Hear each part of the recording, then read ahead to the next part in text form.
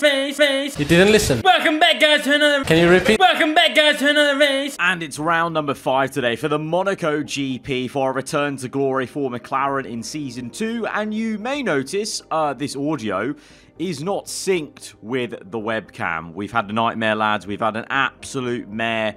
Was getting ready to edit this episode, and yeah, for whatever reason, the audio of my webcam recording was the gameplay recording. So I just recorded the game audio twice and lost all the audio. And I really didn't want to redo this race because you're going to end up seeing it's a pretty damn good one for Monaco. I think there was quite a lot of action. There was, well, you'll see there's plenty of incidents occurring this Monaco GP. So we're just going to commentate back over it, give you the highlights of the Monaco GP. Might end up being a shorter episode than it would have been having been live, but I've kept the webcam in just so you can see my actual genuine reactions to some of the said incidents. But yeah, apologies there. But yeah, we're back for the Monaco GP. We had a really solid race last time out at the Miami Grand Prix where we got a little bit frosty with Fernando Alonso with Lando Norris, but came through for another win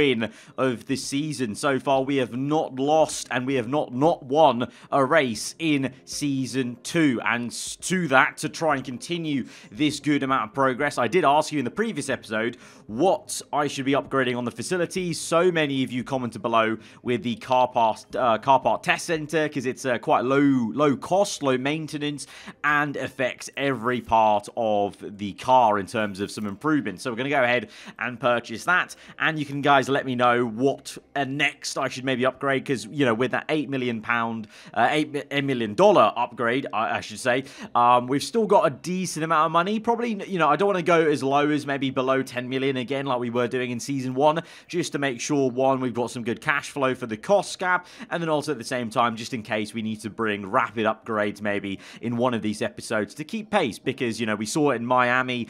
Aston Martin is a bit of a dark horse, really bringing a lot of upgrades to the car. And honestly, going into this Monaco GP episode, I thought Aston Martin might have a very good chance of, you know, toppling us, or maybe even Red Bull would, because Monaco, you know, if they qualify well, and we haven't actually qualified many times on pole position, and there's been a few times where one of our drivers has not been on the front row, you know, at Monaco, if they got ahead of us, you know, at turn 1 or from qualifying, they've got a very good chance of staying ahead, because I've not gelled too well with the Monaco GP on this game or the last year's game in terms of trying to overturn a result. You know, like in real life, it is difficult to overtake a Monaco, especially more so here on the manager game compared to F1 23. But you can see here, before we get into the race weekend, just doing the pick through training, moving a lot more onto the resting for the schedule, just because you can see on that monitor, our pit crew is already getting towards maybe 2/3 towards fatigued.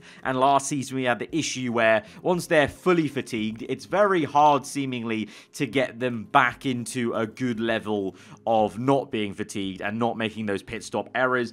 Going through emails, board checking is high confidence. Cost cap wise, hard to tell right now, but I think we're doing quite well. We haven't spent a massive amount of money. We've brought some good upgrades, and we've now got to make some spare parts for front wing, chassis, and suspension to make sure that we can actually enter this next Grand Prix. But I think at the moment our finances are in a good way. In FP3, Max Verstappen topped the session. Perez in second place in the Aston Martin. So, and that was on the medium tyres, only 2.5 tenths off. So that's why I'm saying, you know, off the back of that last practice session, it genuinely does look like Aston Martin could be another bother for ourselves and for Red Bull, like they were at Miami. Verstappen's still going to be there, though. Whether Piastri is there as well, we're going to have to see. But I think in terms of the setup confidence, Vettel actually entered this race weekend with 84% setup confidence to Lando's 73, so he's got a slightly better setup satisfaction. Confidence is about the same though, 82 to 86. So in the end, might be quite you know, quite balanced still. But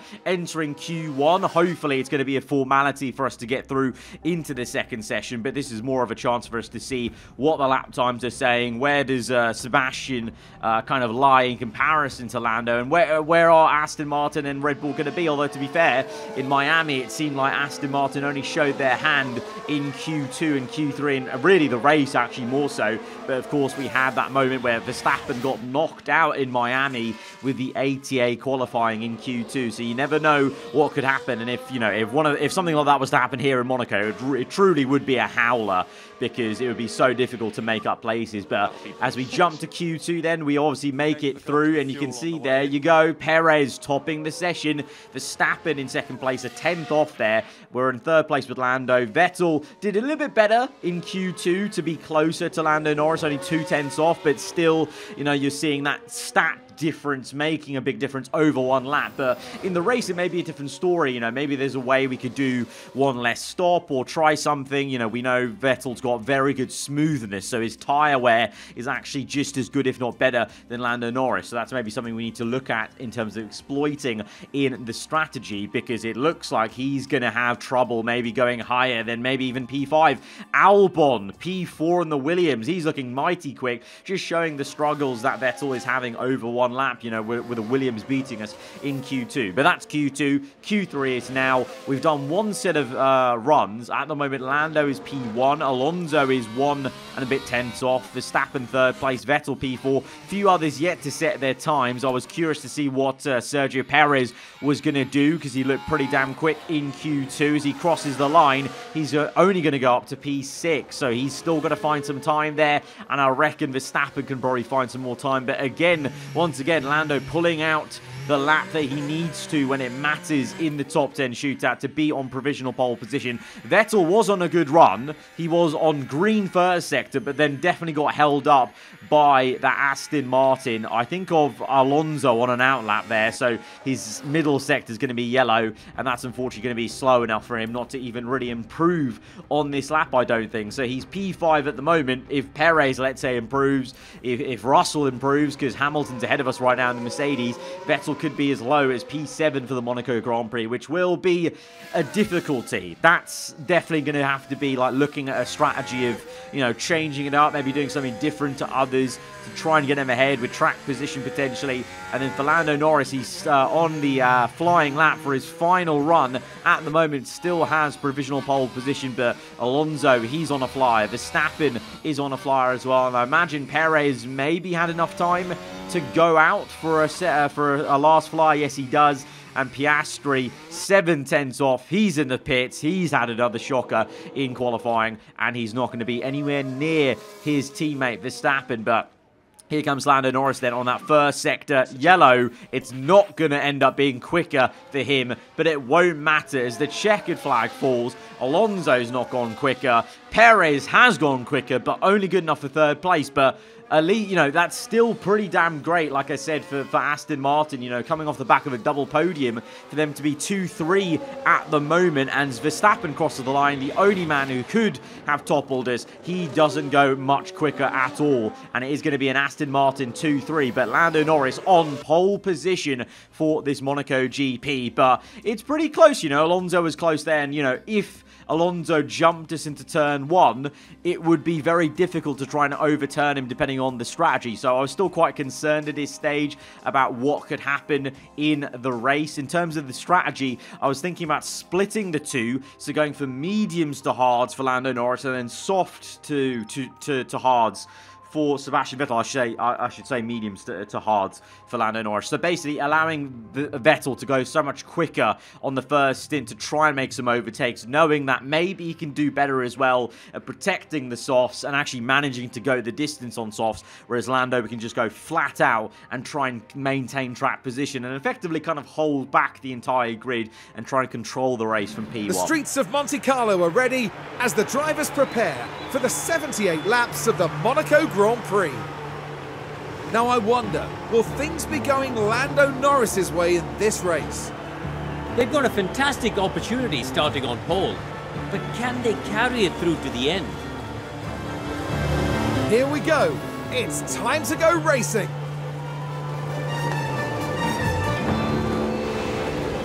We're here and the streets are abuzz at the Monaco Grand Prix. And It's lights out. So the Monaco GP gets underway, and it's a cracking start for Lando Norris versus the two Astons. And Perez, he's actually on the soft compound tyre, so he's on the same strategy as Vettel, and he's rapid here. The two Astons side by side, Alonso on the inside as they go into Casino Square, getting a little bit frosty, and the two teammates battling each other, helping us out, giving us a bit of breathing room, but also it's a bit of a blockade then for Max Verstappen as well, who's on the hards though. So some very different strategies going on. So Verstappen looking to go longer into this race on hards, Perez wanting to rapidly, you know, overtake his teammate and then maybe attack us on the softs, and we're trying to do the same with Sebastian Vettel, who finds himself in a Mercedes sandwich at the moment in between Hamilton and Russell. But at the moment things are looking calm for us with Lando on the mediums, but eventually Perez will overtake Alonso, and you can see on this replay overtakes us. You know, I was grimacing at the time because it was a bit frustrating, but also it was maybe to be expected. On the softs, he's just going to be really quick. We know the Aston now has actually got some pure pace as well, so coupled with those quicker tyres, it wasn't too much of a surprise that he overtook him. What was surprising, frustrating, was it was really difficult to get Sebastian past Hamilton, and then also especially attack Verstappen on the hards. That was the real aim and the desire, was to get past Hamilton and then overtake Verstappen on hard tyres. You know, two-step compounds harder than what Vettel had at this point in the Grand Prix. And in terms of Lando's race, it was a case of just carrying on the mediums, not really buying too much into Perez building a gap, because eventually on lap 22, he's in the pits a lot earlier than us. We take P1 again. Yes, he's going to have an undercut, but we're going to have fresher tyres later in this race, which we can close up on him. And with Seb, well, we were still stuck behind Hamilton at this stage. So I was, you can see there, was looking to maybe make an earlier stop than I was planning with Seb to try and get him in clean air, try and get an undercut going. But then I actually thought, okay, let's just try and get Lewis at least and then make the pit stop. So he goes for a really audacious move at Mirabeau to the inside of the hairpin. They're two side by side, and he makes the move there. You know, was it, 11 world championships between them going side by side at the Monaco hairpin. Pretty good action, but we're up into P4. But he found it so difficult to close up to Verstappen, because it's not the first time he overtook Lewis. In those 22 laps, there were previous times where he overtook him and just couldn't catch him. But, as you can see, yellow flags are out, and it looks like it's going to be a full safety car, and I'm thanking my lucky stars that I didn't pit Vettel when I did, because now, Perez, who's down in P11, he's screwed, because all of us now will have a free pit stop, but at the same time, although it's great news for Vettel, I made a bit of an error here. I fast forwarded for a split second, and I didn't realize where Lando was on the circuit. And at this point where he is on track, the pit entry is on the right there. And knowing this game and knowing the mechanics of pit entry, that's too late for him to come in. So under this safety car, Lando won't be able to come in straight away, whereas Sebastian Vettel will off these softs onto hards and will definitely be jumping Perez, I think, because everyone's going at a slower delta time. But Lando won't. But then everything changes again, because this safety car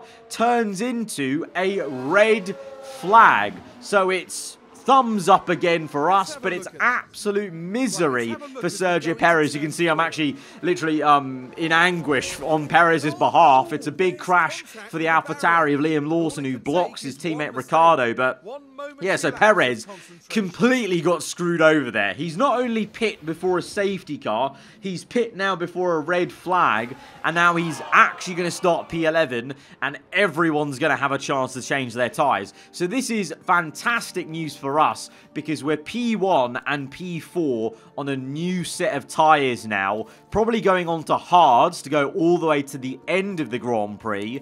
And now we've got a really good chance of maybe securing at least a double podium, hopefully keeping Lando in P1. And can we maybe try and jump one of these guys ahead of us with Vettel to get a P3 potentially? I assume most of us will go on hards, but I did have a thought that there's maybe half a chance these AI go on a soft, go on a medium and try and do a two-stop from here. But I was adamant the one-stop was the way to go with track position. So we get underway for the second time in this Monaco Grand Prix. Lap 28 lights, so a neat 50 laps to go. Alonso has a much better start than he did in the first 5 red lights here at Monaco, and it's because he's on this soft compound tyre. What did I say? I had an inkling that maybe some of these AI might be doing a 2-stop from here, whereas I think we can just get track position on the hards. So we're on hards with Lando and Vettel, and everyone else around us are actually on softer compounds. I think pretty much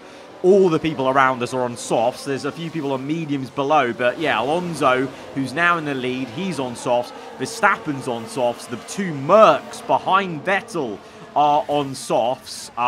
So they're going to be passes. They are passes. But lap 49, so a good, 10, 15 laps later, Alonso was P1, Verstappen was P2, both having overtaken Lando on the softs. Verstappen's come in now, quite early off those soft tyres. Alonso's staying out, the 2 Mercs are staying out.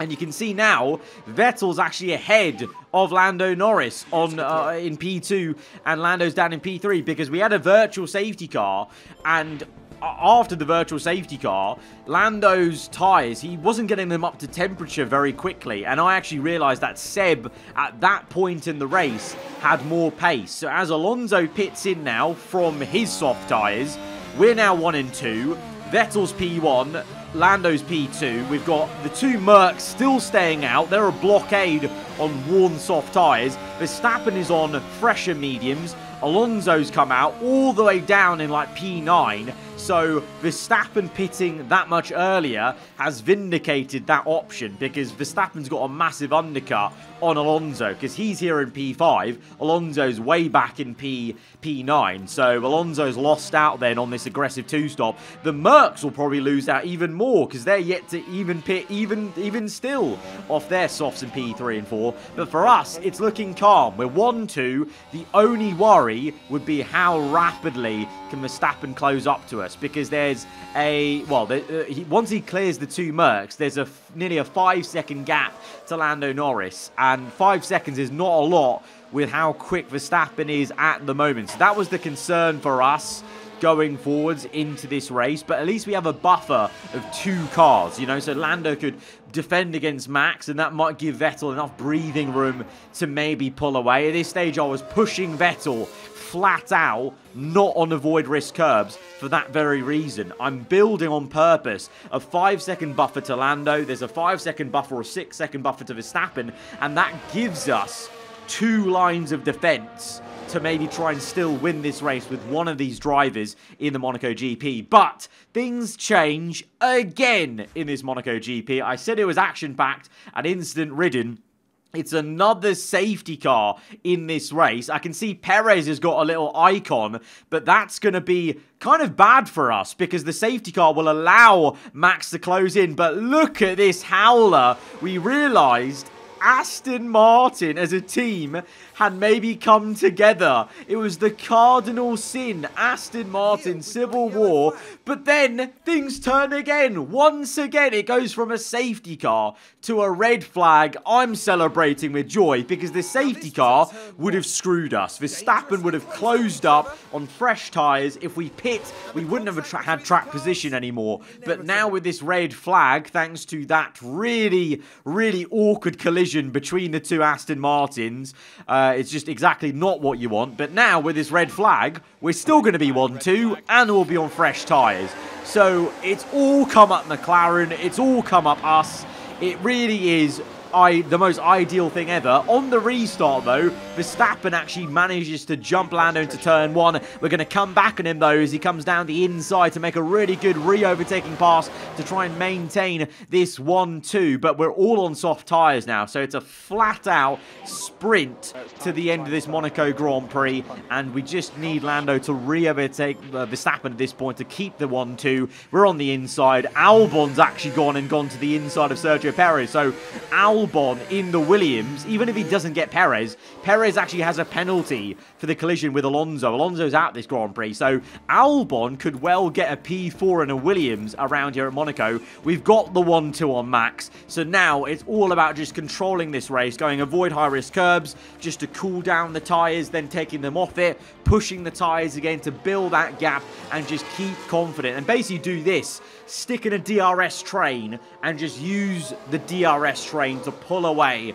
from Verstappen and control the rest of this Monaco Grand Prix. Vettel ahead of Lando because in that crucial point after VSC, he was the quicker driver, so he let him by because he was actually being held up by Lando, who couldn't get his tyres up to temperature. But now it's a bit of a different situation. We've got to get to the end, so I just held position with both drivers. There's no point doing anything funny with, letting them kind of race around Monaco because he's just going to hold us up. So we've held this through to the end. It's the last lap and crossing the line. Sebastian Vettel is going to win another race in Formula 1. Another race for us, for McLaren. And this time, this might be the best win yet because it's a 1-2, a convincing 1-2. Albeit, I did comment at the time, we got so lucky. Alonso could have won this race. Perez definitely could have won this race. Verstappen probably in the end should have won this race before that second safety car and red flag. So,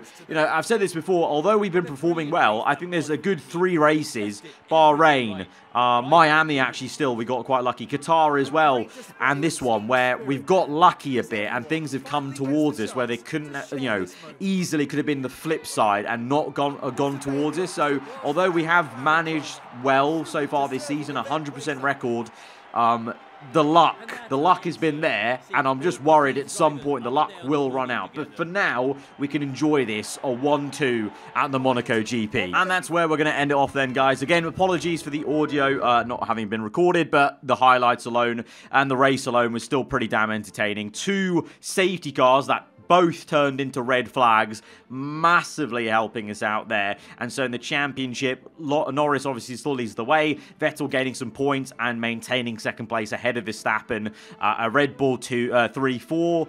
It maybe could have been different if Aston Martin scored well. That's one thing they're going to have to iron out if they really want to make the use of their new quick car. That's clearly there. Clearly. Because actually, if it wasn't for that, they would have both been ahead of Verstappen, I think, in this race. Maybe not Alonso after he pit later from the undercut, but overall Aston are there, but we are there leading the championship so far. It's going well. Till the next one, guys, hit the like button if you have enjoyed it. Let me know what you thought in the comments below. I'll catch you guys around. Goodbye.